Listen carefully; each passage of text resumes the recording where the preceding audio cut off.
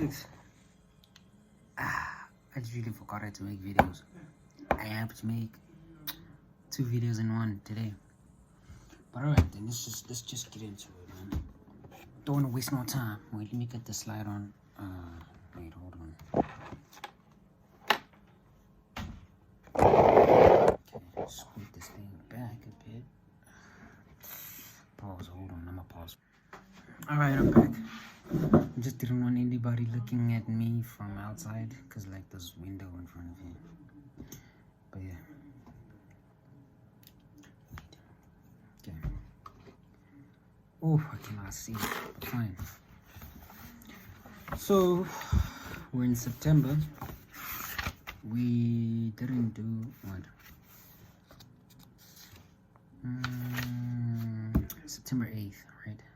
8th and 9th. So, it seems I'm going to be doing 2 segments in one day. Because, what is this? Alright. September 8th. Do not be deceived by fortune.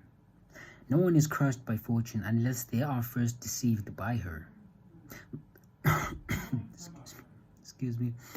Those who aren't pompous in good times don't have their bubbles burst with change. I don't know if it's okay if I should have a t-shirt on. Wait. Right. I don't know if it was bad or something, but fine. Okay. Those who aren't pompous in good times don't have their bubbles burst with change. Against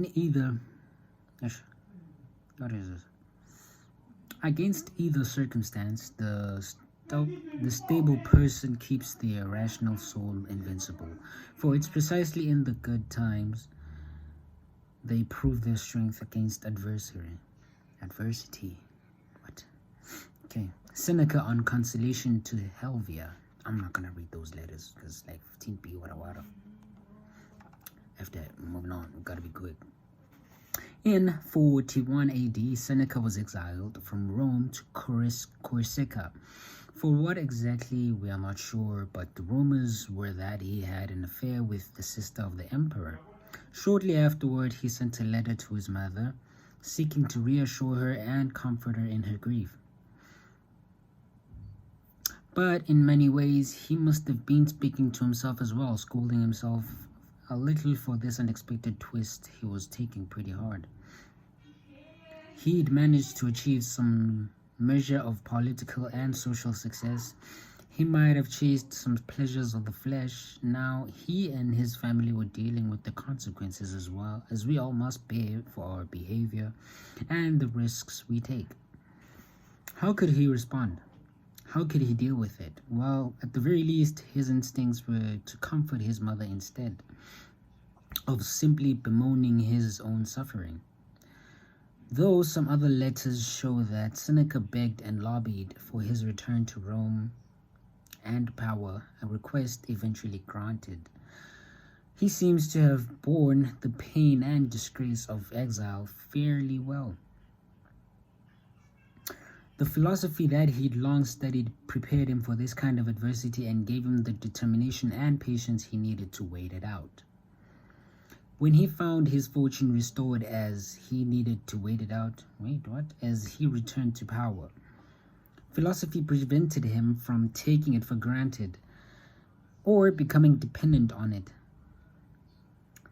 This was good because fortune had another turn in store for him. When the new emperor turned his wrath on Seneca, philosophy found him ready and prepared once again. Do not be deceived by fortune. I don't have a particular understanding of it and I cannot explain it in my ways, but I'm going to tell you is that most of these segments, right, I'm not going to be able to explain them myself. I don't have the mental capacity to decode some of these yet, you know. It's supposed to be a simple book, really, but I'm making it difficult myself. I don't know why, but yeah. Moving on, September 9th, which is today, right? Yeah, it's the 9th of the 9th, 2025. Okay. Nothing to fear but fear itself. But there is no reason to live and no limit to our miseries if we let our fears predominate. This is Seneca in his Moral Letters 13 to 12b. In the early days of what would become known as the Great Depression, a new president named Franklin Delano Roosevelt was sworn in and gave his first inaugural address.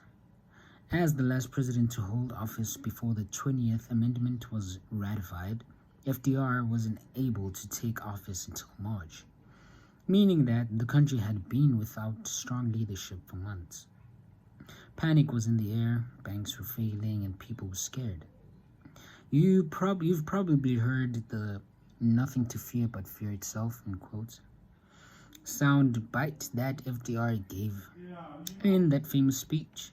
But the full line is worth reading because it applies to many difficult things we face in life. In quotes, "Let me assert my firm belief that the only thing we have to fear is fear itself.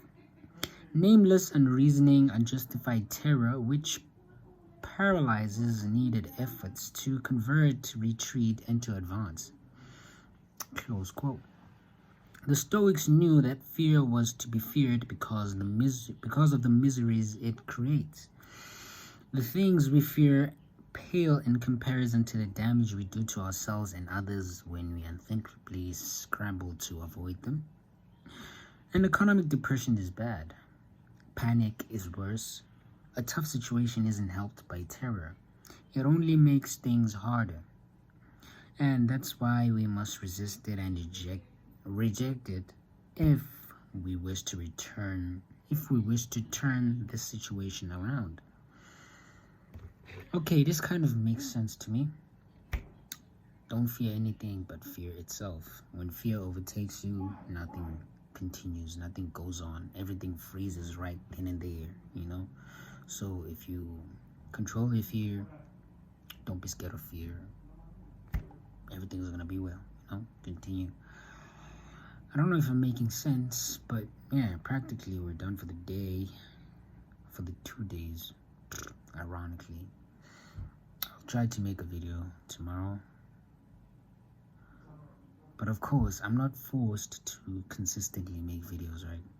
But this is like my diary. I need to code every day, It's not exactly coding what happened in my day, how I felt about things, how I viewed some things. No, it's just like reflecting on the book, Going through a book, and most probably I'd say something that happened on that day was actually on the same path as the book, But yeah, we're done for the day.